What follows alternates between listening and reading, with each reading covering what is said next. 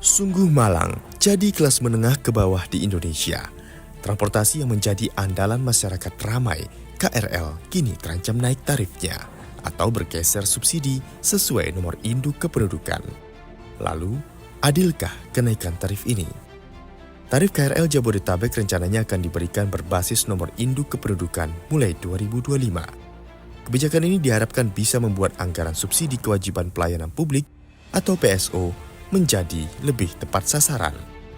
Merujuk dokumen Buku Nota Keuangan Rencana Anggaran Pendapatan dan Belanja Negara RAPBN tahun anggaran 2025, subsidi PSO untuk PT Kereta Api Indonesia Persero dialokasikan Rp4,79 triliun.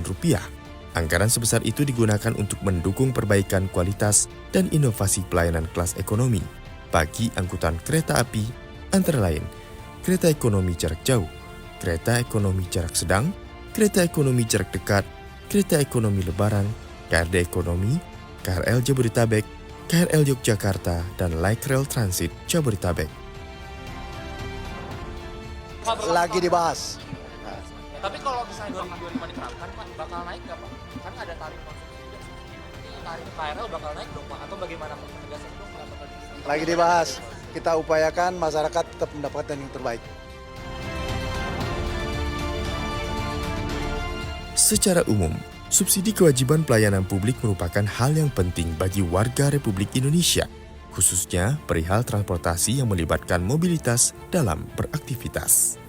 Dilansir dari Kementerian Perindustrian untuk 2023, insentif motor listrik sebesar Rp1,4 triliun untuk 200.000 unit, sedangkan mobil listrik sebesar Rp1,6 triliun untuk 35.862 unit.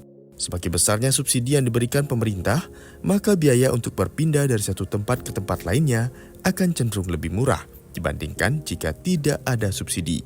Sedangkan pada 2024, insentif motor dan mobil listrik menjadi semakin besar, yakni masing-masing sejumlah Rp4,2 triliun untuk 600.000 unit, sementara Rp4,9 triliun untuk 107.000 unit.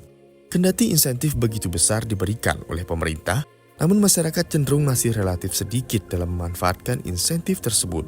Hal ini terbukti dari jumlah mobil listrik yang tersalurkan pada 2023. Berdasarkan data Sistem Informasi Bantuan Pembelian Kendaraan Bermotor Roda 2, jumlah motor listrik yang tersalurkan pada 2023 sebesar 11.532 unit. Angka ini hanya 5,76% dari total unit yang siap diberikan insentif motor listrik oleh pemerintah pada 2023. Namun jika dibandingkan dengan subsidi KRL, data Badan Pusat Statistik menunjukkan KRL di wilayah Jabodetabek sepanjang 2023 menjangkau 290 juta penumpang. Jumlah tersebut naik 35% dibandingkan 2022, sebanyak 215 juta penumpang. Namun jika dibandingkan tahun 2019 yang sebanyak 336 juta orang. Data juga mencatatkan PSO subsidi KRL Jabodetabek pada 2022 menembus Rp1,8 triliun dan pada 2023 sebesar Rp1,6 triliun. Demikian pula, total PSO PT KAI pada tahun 2022 sebesar Rp2,8 triliun dan turun di 2023 menjadi hampir Rp2,6 triliun. Yang disampaikan penyesuaian ini yang seperti apa? Kalau dari sisi layanan, dari sisi operator, pasti kami juga akan menyesuaikan.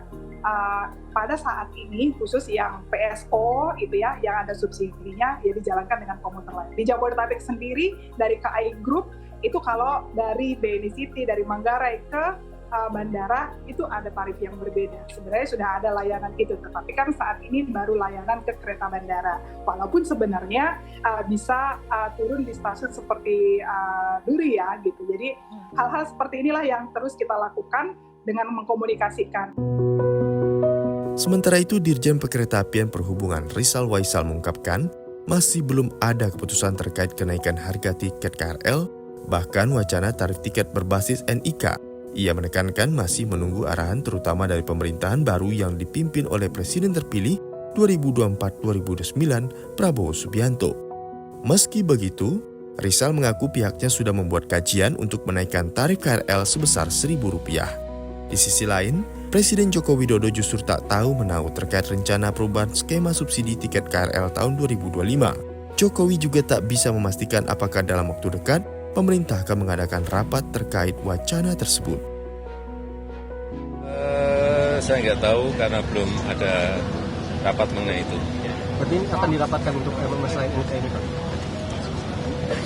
Belum tahu, saya belum tahu masalah lapangannya seperti apa.